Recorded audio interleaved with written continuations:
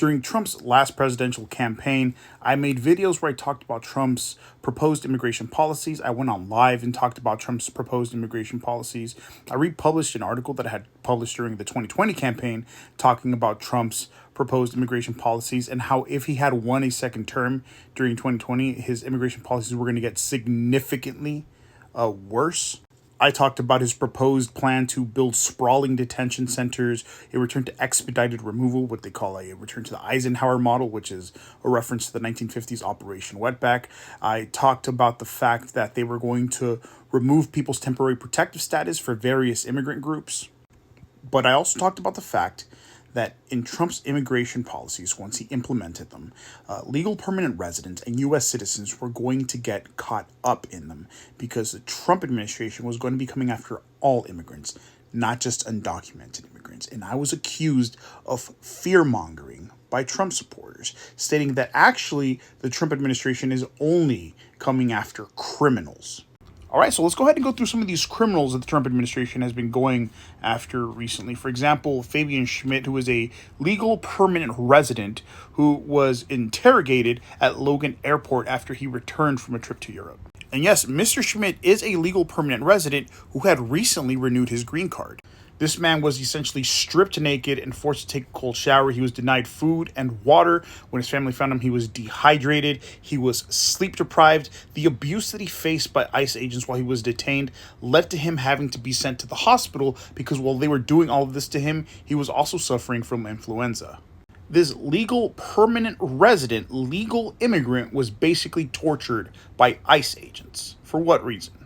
What about this criminal who is a doctor from Rhode Island who was prevented from returning to the United States after going to Lebanon to visit her parents? She is a legal citizen holding an H-1B visa and had been studying and working at Brown University for 6 years prior to this. And although a judge issued an order that she should not be removed from the state of Massachusetts without 48 hours notice, she was sent to Paris. Then there's the story of this German tattoo artist who was stopped at the U.S.-Mexico border, accused of having worked in the United States without proper authorization the last time she had entered the country. While in detention, she spent 8 days in solitary confinement.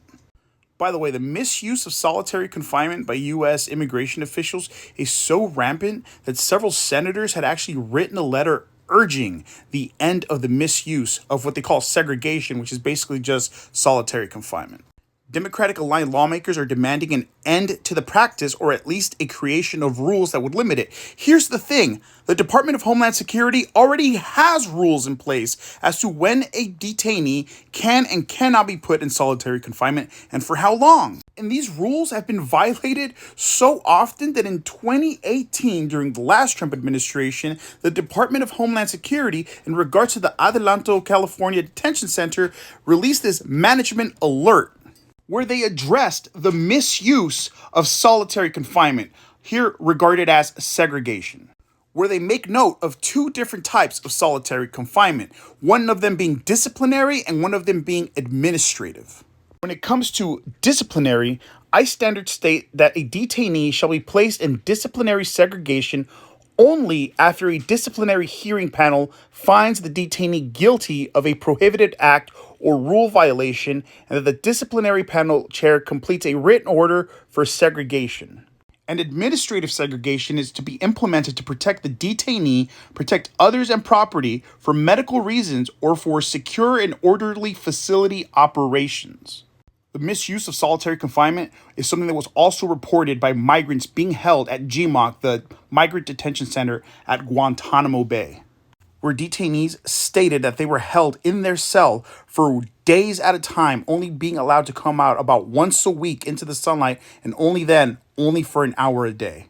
And despite the Trump administration saying that the people being sent to GMOC were the worst of the worst, let's not forget that innocent people were sent there too and also subjected to these inhumane conditions. That's people like Antonio Castillo, who entered the United States legally with permission to attend an asylum interview after he had applied for asylum through the use of the CBP One app.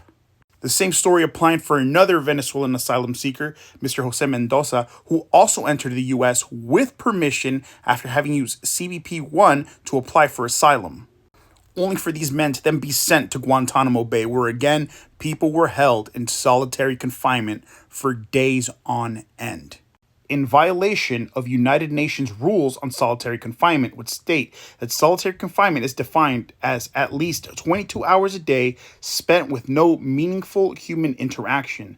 Indefinite or prolonged detention in solitary confinement is prohibited. And then there's the story of the most dangerous criminal of all, Yolanda Perez, a woman who faced a deportation despite the fact that she was the caretaker of her U.S. citizen daughter who is battling cancer. This, of course, having a somewhat happy ending where she was actually released on bond in order to be allowed to keep caring for her daughter. This silver lining, of course, was only achieved because of the amount of attention that this story got nationally. Otherwise, they probably would have deported her.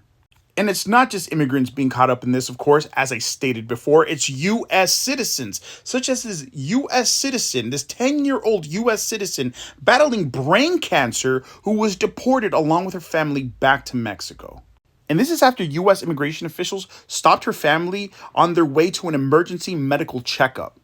During previous trips, immigration officials had actually allowed the family to go through so they can go get medical treatment for their daughter. But this case, I guess they decided that she was just too dangerous of a criminal. And then, of course, we know the story of Mahmoud Khalil, a man who organized pro-Palestinian protests, who protested the genocide, the apartheid inflicted on Palestinians in Gaza by the Israeli government, and now he has been essentially kidnapped by the Trump administration and is facing deportation because of opinions that he holds that are contrary to those held by the administration currently in charge of our state.